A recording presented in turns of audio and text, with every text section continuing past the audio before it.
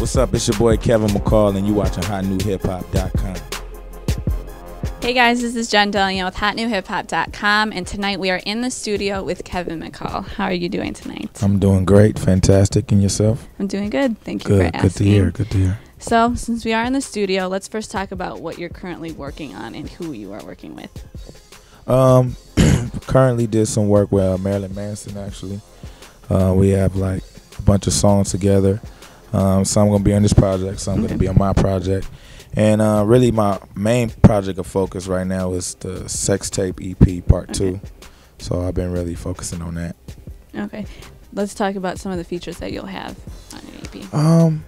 I'm not all the way sure about features, but on the single that I'm dropping, it's called Body Shot. It's actually co-written by a guy named Donnell Sean. Okay, he's an incredible writer, and producer with Soundfire. He did a lot of songs, so. You know, it's going to be a real good record, I think. Okay. Well, you recently dropped a track with Gucci, actually, called Cold Hearted. So first, let's talk about how that collab came together, and what's your take on his recent Twitter antics and confession?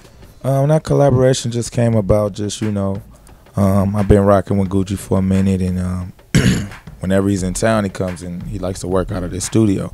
Okay. I guess he likes just the vibe and it's a nice the whole studio. Cali vibe, and my engineer is one of the best in town. Shout out to JV, produced it. So maybe he just likes, you know, the vibe here, and we just rocked out and we made a song. Okay. It was actually like funny making that song with Gucci because he was coming up with the melodies, like trying to sing them with his raspy voice and stuff. It was cool because it was actually coming out good, and it was kind of cool to kind of take some directions from Gucci, a rapper, on an R&B track. Okay, definitely. So what's your take with the changing sounds of R&B, how it's become more of this experimental genre, and is that something that you're interested in trying out? That's what I'm all about, actually.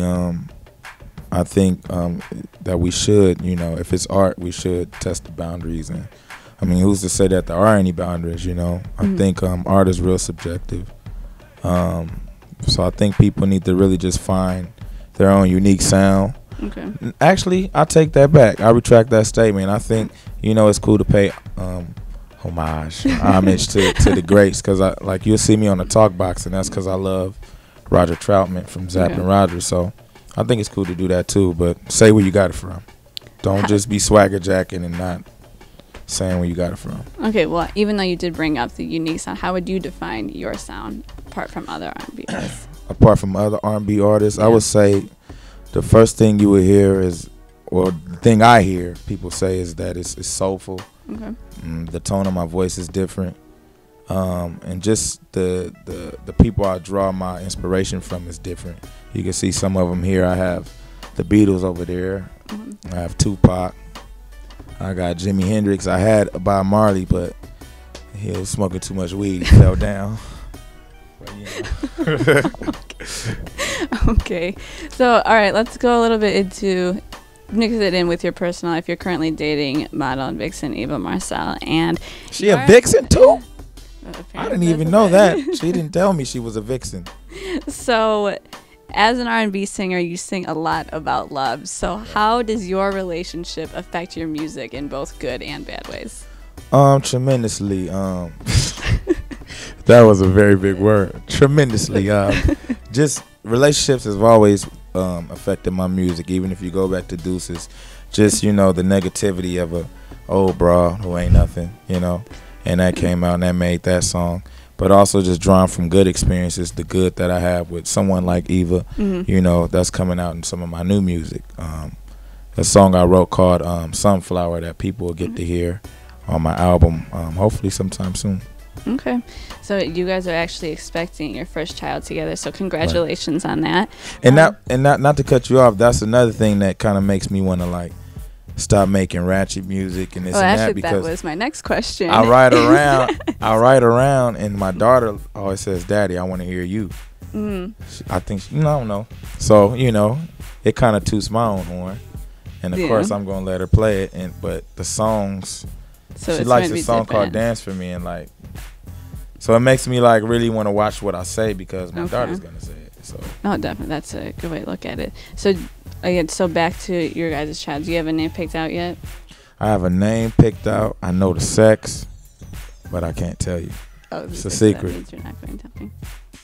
Okay. What have you learned with your relationship with your first child that you are going to bring in with your second child?